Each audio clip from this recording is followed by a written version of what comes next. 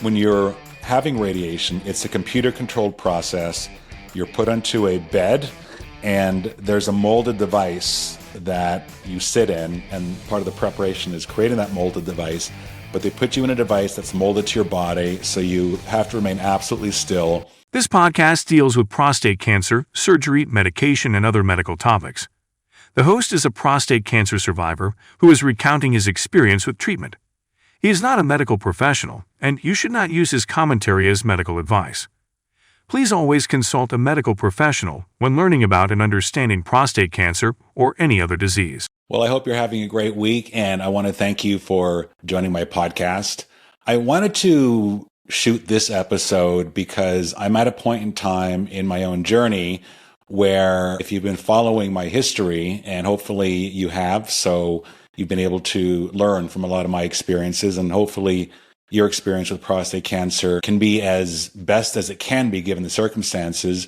But I'm at a point where I am just shy of starting radiation treatment for a possible recurrence. And I'll talk just a little bit about that and then kind of where I am as of today. So my PSA was rising up gradually, slowly but gradually, and finally when it hit point 4, I decided with my doctors this would be a good time for radiation. I had my original surgery in 2015 and had many great years after that, minimal side effects, which I really relish, of course. But I'm at the point now, as many of you will be, where potentially there is a time where you will have to have a second round of treatment. The great thing about prostate cancer is it's one of the few fully curable cancers that we can have. And if this is the worst that ever happens to you or happens to me, given the circumstances, I'll take it. So before radiation therapy, you will go on an ADT. And I'm going to talk just a bit about that, just a little bit on the ADT, the androgen deprivation therapy. The experts agree that if you're going to have radiation for any type of prostate cancer related disease, whether it's the original prostate you're radiating or the prostate bed when you have a recurrence, that in order to have the best effect of the radiation that they're sending through you, the cells that are present, whether they're microscopic or more advanced, we want to tire them down and starve them to a point where they're very weak. And when they are very weak, they are much more susceptible to the radiation effects than if they're not. And this doesn't mean if you have radiation without a therapy like Lupron or Orgovyx, it doesn't mean it's not effective. And in many examples that they've seen, if you've got very low-grade cancer, they probably are effective. But having some kind of precursor to the radiation helps, improves the ability that the cancer will be eradicated. It's worthwhile. The Orgovyx, I am coming on to my 4th week of Orgovyx, and to my delight and to my surprise, the side effects are really, really minimal. And I know a lot of you that have had Lupron and similar therapies have had a lot of issues. The issues tend to be hot flashes, loss of libido, erectile dysfunction, bone loss, muscle loss, weight gain, etc., etc. And I don't know exactly why different people have different reactions. What I can tell you is that I decided from the outset when I was going to start taking Orgovyx, and Orgovyx is a pill form of ADT. Lupron is a shot in the arm. You get one shot, it lasts about 3 months, and then you'll get a second shot for a total of 6 months. In most cases, Orgovyx is just the pill you pop every day, and it takes effect quite immediately.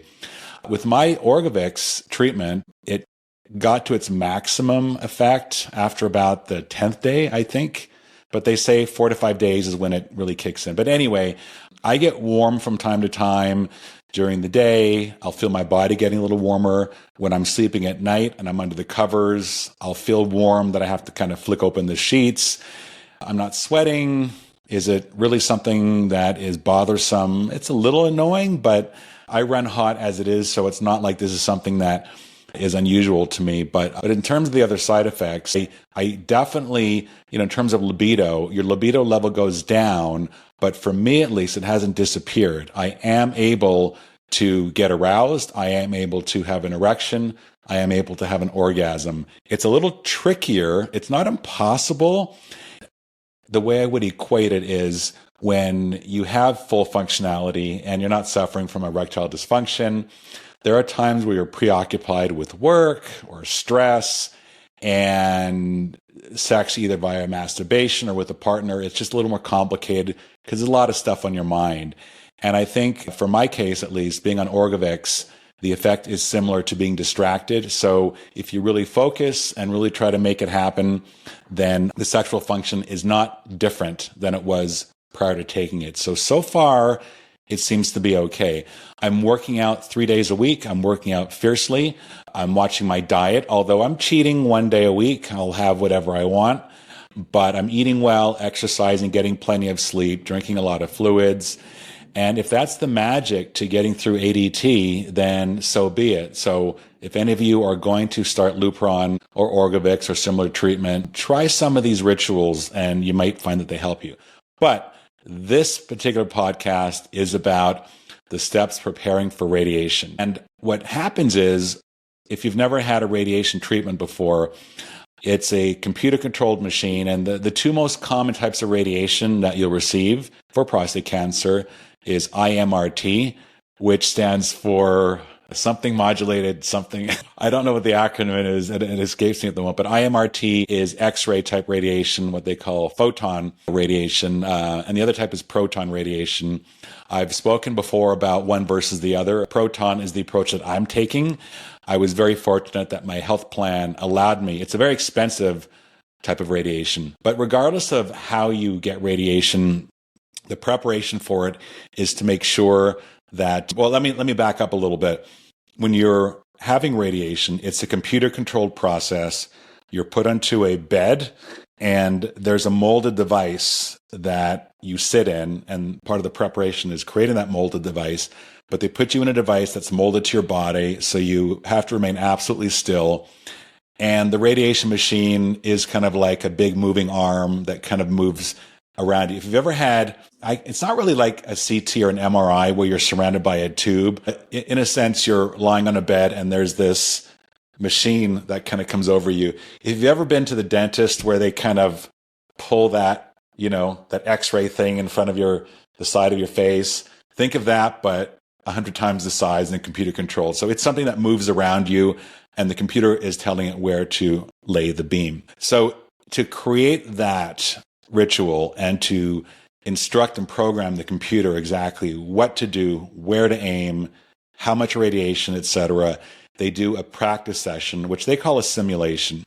And in the simulation, you walk into a special room. You're not in the radiation machine. It's actually a CT machine. They lay you down. It kind of feels like you're laying on a beanbag. They put you in position where they want you to be when you're actually going to have radiation. And I think they suck out the air or something, but it molds around you and it hardens up. So it kind of creates a cast of your body in position where you won't move. So that's one of the things that they do. Then what they do is in that position, they feed your body through a CT scanner, and the CT scans are then fed into the computer. And then several doctors will do this. They will then, in a 3D fashion, look through the CT, really understand where everything lies in your body. Because in my case, my prostate is not there anymore. So it's a prostate bed that's connected to my stomach. And, when they remove your prostate, they reattach your urethra to your stomach. Then there's the rectal canal, which is all there. So they really try to figure out where everything is in 3D, and that way they can aim the radiation. An important part of this setup is when you have your radiation, you want to ensure, or they want to ensure, you're not really doing anything, they're doing everything. But basically, they want to make sure that you are only radiating the necessary area. So you've got your rectum on one side, you've got your gut on the other side, your stomach, and that's all connected. So what they want to do is they want your bladder, I shouldn't say your stomach, it's your bladder. They want your bladder full and they want your rectum empty. And so they do this in a couple different ways. So for your bladder, obviously you fill up. So what they do is they will ask you, before even starting the molding of everything, you will pee out everything you can, and then they will give you 32 ounces of water to drink. and then they lay you down, and then they, using an ultrasonic device, like when they check for babies, they will look into your bladder to see how full it is, and they want it to be quite full. And I think in my case, they said 150 milliliters, I guess, if I got that right. Anyway, it was a certain full amount, and then you lay there until you're full. And you have to have some control. You feel like at that point, it's not like you're desperate to pee, but you definitely feel that it's full. The second part of that, and this is the part that is maybe a little different for everybody, and I want to talk about it, is how to protect your rectum during radiation. So I don't have a fancy diagram, but you've got your bladder, which is really attached to the prostate bed, and right next to that is the rectum. And I'm not talking about your bowel. Your bowel is where your fecal material kind of builds up. Your rectum is where it exits the body. And in many cases, for a lot of us, the rectal canal, it's never clear. There's always material in there ready to escape. I think we all know that. Not something we really want to picture, but they want that rectal area to be not only empty as possible, because when it's full of material, it pushes into the prostate bed area. The way to protect your rectum as best as possible, you're going to hear about something called an OAR, or kind of a gel insert. This is something that they use when you're having radiation on your prostate. And it's a little insert that goes between the prostate and your rectum, and it stays in there until radiation is done. So it'll be done in a doctor's office. They'll insert it there, and it creates a barrier. Just to back up, when you're radiating the body, where your prostate is, and in my case, where the prostate is in the prostate bed, you've got bladder, prostate bed, rectum, all in the same area.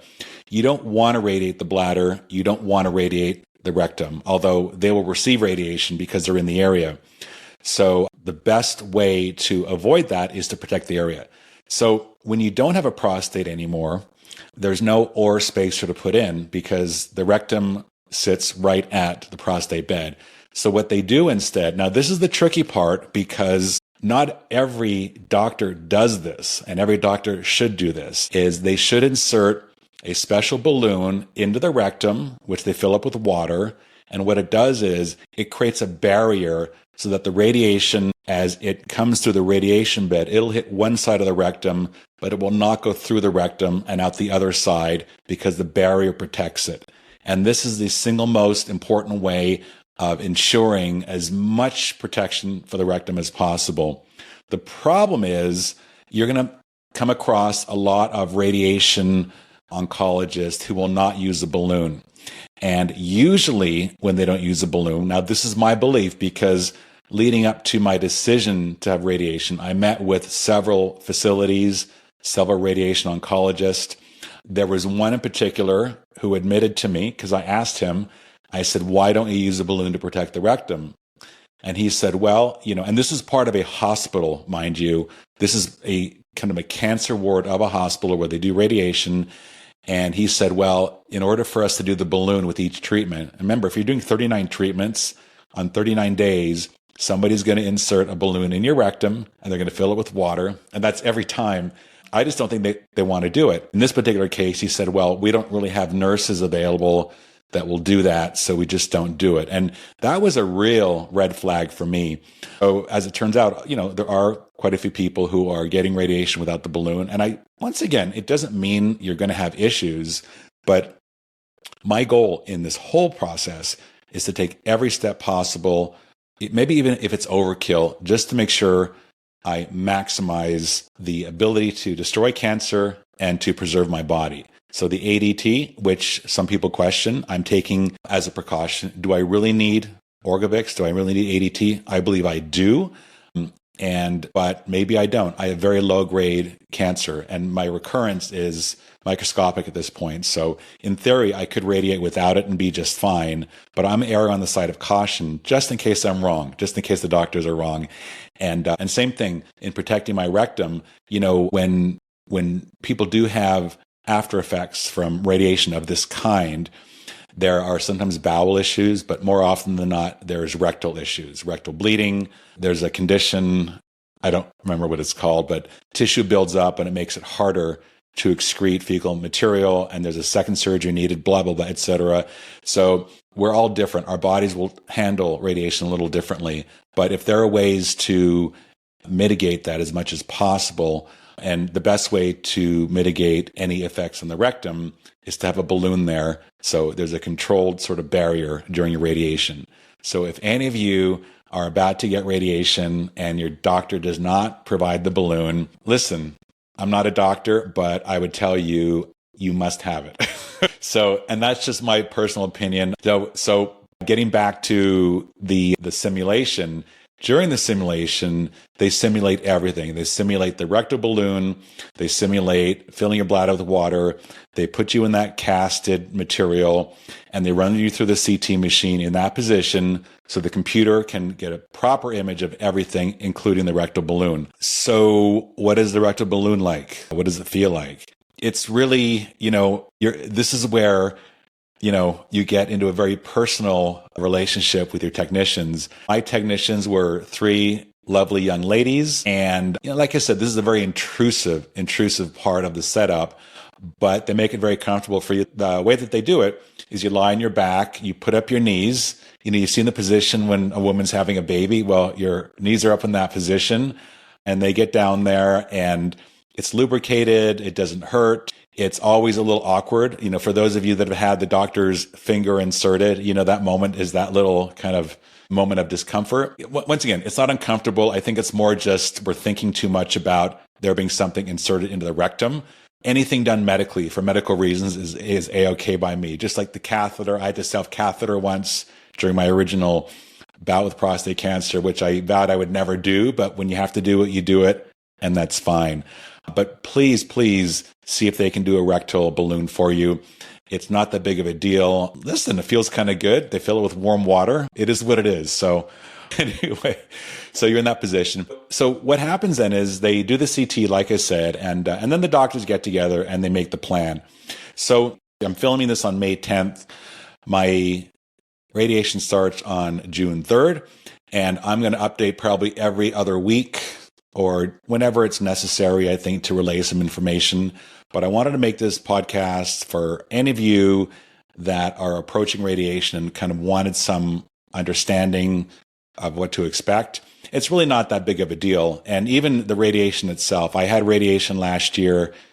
For some of you who recall, I had 5 days, same facility, same type of equipment, proton equipment. The radiation is no big deal, but the mindset is very key. You absolutely have to have the right mindset for a proper outcome.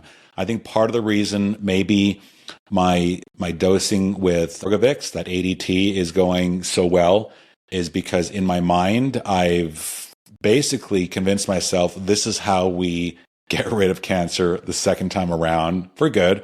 And this is necessary to allow my body, to be prepared. So I'm not grieving over it. I'm not complaining over it. If there are side effects, that the best thing you can do is really just always keep in mind the context. There's a reason we're doing this, and it should never be about why me, which is why we're doing this. We're doing this to combat this. This is a fight. This is a war between you and this disease. And same thing with the radiation, whether it's a balloon up your rectum or, sitting there with a bladder full while they do the radiation, all these things, you just kind of take it in stride and be happy about it. Try to be as positive as you can. We don't want to be the victim here. We don't want to sit there and wallow and wonder why. For those of you who have family and have loved ones around you, they really depend on you to get through this. And you've got an obligation and a duty to make sure you're there for them. And I don't want to undermine the seriousness of prostate cancer and these treatments, but I will say I consider myself quite lucky. If this is the only serious disease I'll have to deal with cancer-wise, compared to all these other things that I could have had, then I'll take it. You never know exactly what's going to come next. But as I keep repeating, I have my vision, I have mobility, I have taste, I have hearing, I have love in my family. I love someone. I have someone who loves me. These are all very important things to have. So it's really about the enjoyment of life and just really trying to overcome any of these obstacles that may come up. And I am going to In a few weeks' time, I'm going to create a podcast that deals just with the idea of incontinence and erectile dysfunction, especially for those of you who have lost it during surgery or radiation and it hasn't come back. It's a really, really tough time for a lot of folks. And I want to try to just offer some words of wisdom as to really how to cope with it and deal with it. I'm one to talk. I regained continence. I regained erectile function. It's possible during radiation, those will go away. So that is always a possible outcome. And, I'm prepared for anything. But I think I do get a lot of notes from people who did not have a successful surgery. The cancer was removed, but they're left with these other issues, wearing diapers and not having an erection and et cetera. And it's kind of tough. But I want to, in that session, really spend time and just try to address it. Try to give you a way of thinking that will help that a little bit. And it's really about appreciating what we have. And it almost sounds like a sermon. And, I'm not going to make this about religion. I'm not going to make this about anything other than yourself and your mind and the love within you and the love of people around you.